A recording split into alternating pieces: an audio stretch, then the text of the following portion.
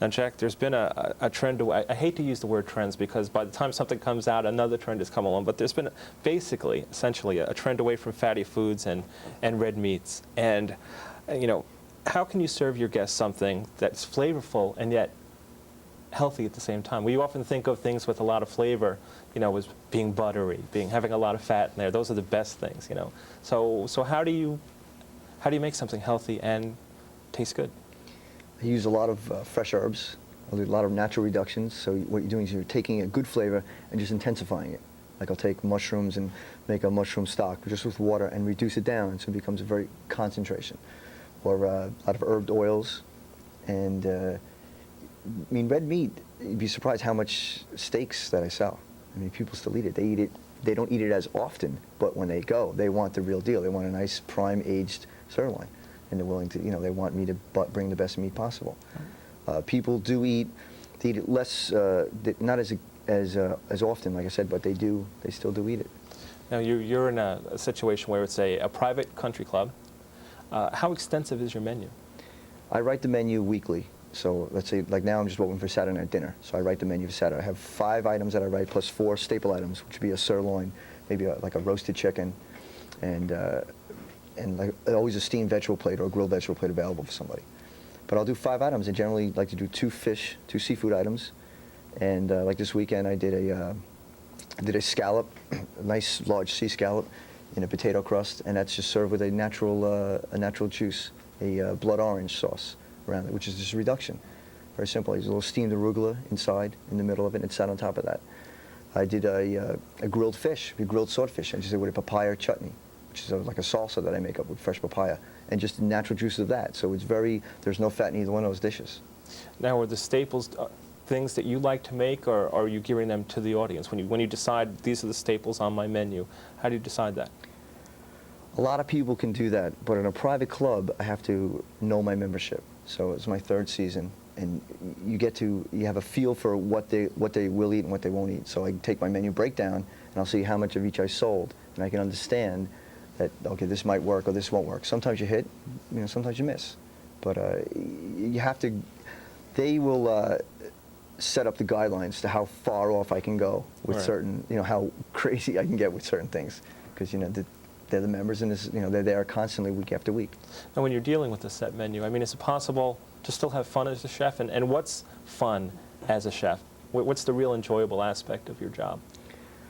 Creating. When I do a menu, and let's say I'll have the 5 major items on the menu. I'll do 100 people, and I'm selling 20 of one, 18, 24, 19, you know, when all within 4 or 5 each other. That's a hit. That means every item on the menu sold, and it was equally distributed, and they liked everything. That's very satisfying. Now, you just, as we're taping this, you have just finished serving a Thanksgiving dinner to how many people? 225 it was. Now, you know, everyone sitting at home has been through the rigors of preparing a Thanksgiving meal. What was your rigors like? What was, you know, how much of a task? How long does it take to prepare that? And how do you know you have enough? And again, what I do is I had my menu from last year, so I write down like what I use for how many people, and you get an idea of what vegetable, how much of each vegetable you need, how much turkeys. Turkeys, each one gets their own turkey. So if it's a table of 6 or a party of 10, they'll get a large turkey, and they get to take home whatever they want. So that makes it easier. So I cooked off 36 turkeys. Okay. That start very early in the morning. I have a lot of ovens, so you know that helps. But most of the preparation was done 2 days prior. So all I had to do was just you know, finish everything, heat everything up, finish it up, make the mashed potatoes fresh, heat the gravy up. You know, so it helps to be prepared.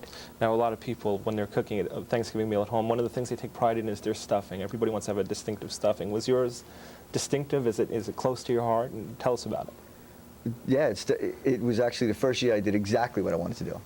You know, it took 3 years to develop it. But what I did this year was I baked fresh cornbread and dried it out myself. Okay. And that was the big difference. I had fresh sage from my garden that we grow outside. I have my own herb garden.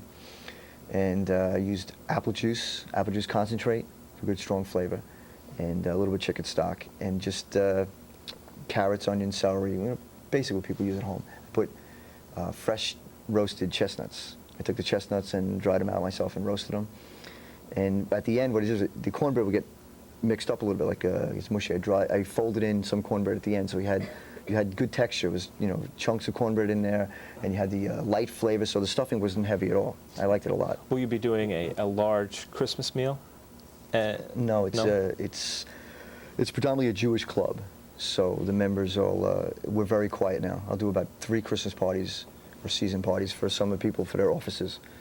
And we'll have our own employee party next week, and then that's pretty much it. I'm done by the 18th, and you know, we're off for Christmas, and it's just the dinners get slower and slower because a lot of the members go to Florida, so Right. it becomes quiet. Now, we talked a moment ago about trends, and basically we're in an era of diversity and choice, and I was wondering how are trends communicated? You know, when you talk about the fashion industry and fashion trends, it's, you know, the designers kind of dictate what's fashionable, and is it the same in food? Is it when a trend comes in, is it chefs saying this is what we think is going to be popular, or is it more the public telling you?